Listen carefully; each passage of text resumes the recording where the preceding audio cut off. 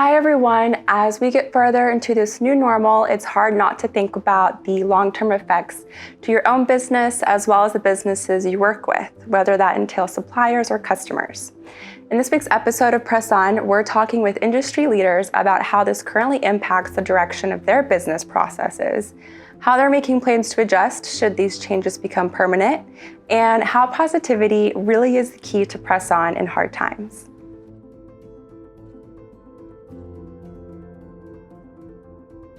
We do believe that life will be very different, and when the economy does start to rebound, and we aren't expecting business to go back to pre-COVID-19 levels, we anticipate a staged recovery associated with the different major markets for decorated apparel, like schools, concerts, events, sporting events, and we'll match resources to the different markets as they come back online.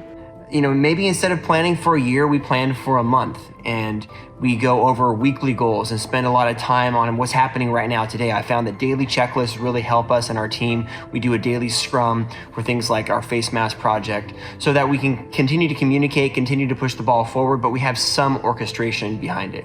While I miss t-shirts and hoodies, I do believe that we'll be selling masks for the foreseeable future. And so we're investing in the infrastructure to continue to manufacture and service the face mask needs and help with the shortage that we see worldwide.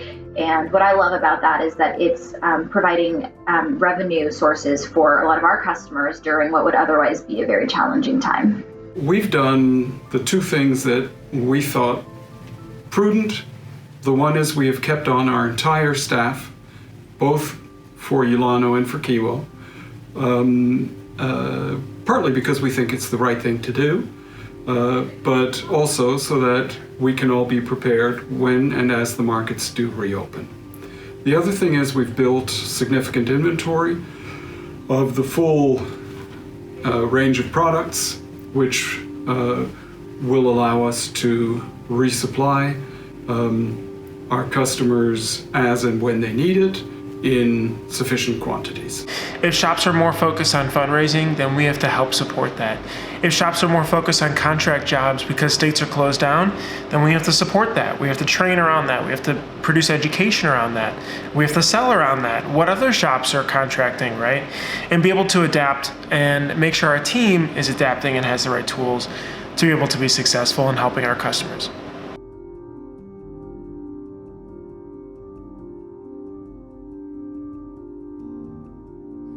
I've been so impressed with the industries, with our customers, with everyone coming together, from the platforms that enable fundraising to the fundraising campaigns like Here for Good and Support Local. It's been just great to see the positive results. It's been awesome to see shops jump on face masks and people actually making the masks, like the BELLA style mask, using laser cutters and knives to cut these masks out. So it's been really cool to see people innovate and keep busy. I think those who did not sit down, kept moving, are the ones that will be well ahead of the pack coming out of this. I feel so proud to be part of this industry during this time, to see everybody pivot and start making personal protective equipment. And I see web-based stores where the profits go to other small businesses. We're really networked and we're really supporting each other. Shops like Northeast Apparel, Cali Mucho Screen Printing, Campus Ink, Barrel Maker Screen Printing, Oklahoma Shirt Company, Cedar City Prints. The list literally goes on and on that I'm looking at from our dashboard that are generating thousands and thousands of dollars of sales just in the past 30 days to keep their shop moving. Really, really cool. The first customer that comes to mind is 9line. They were one of the very first to adopt the BELLA+CANVAS face cover, and they worked on donation programs and they scaled face masks to the general public very quickly. BAMCO as well, they got creative and understood really quickly how they could use their current customer base and address their needs with face masks. And then you have customers like Marathon Sportswear who set up fundraising on websites to be able to give back to their local communities.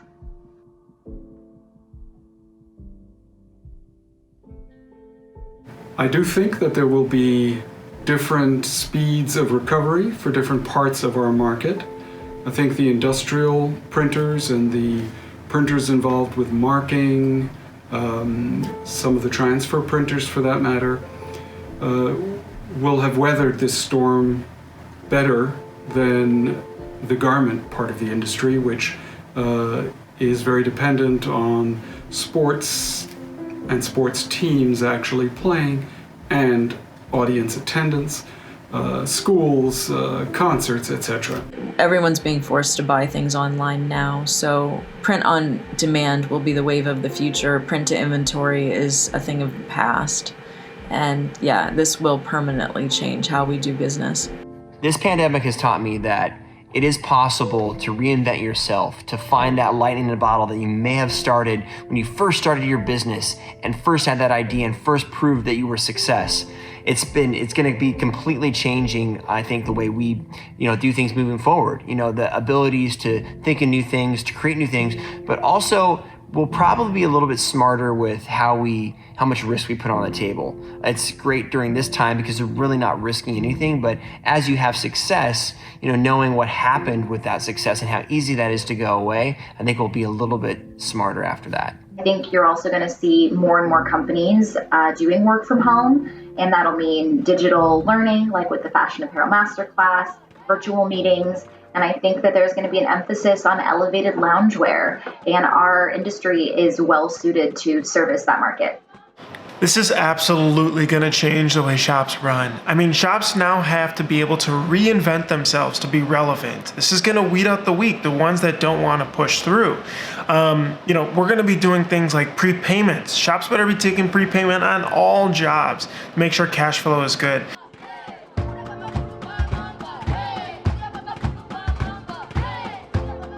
I think what's been keeping us and our team going is sharing success. We do that, a lot on social media. If we're going to share something within our team, why not just share it, with the whole world? So I've been doing a vlog. I've about 10 series into it called The Viral Entrepreneur, kind of sharing our journey, and our team gets a kick out of it. But our team's also been sharing. They've been making cool videos. They've been posting on their social media accounts. They've been sharing what other customers have been doing. So I think using that social media platform that everyone's on anyway right now to create positive content that lifts up your team, lifts up your customers, lifts up the community is a great way to keep everything moving in a positive, great direction.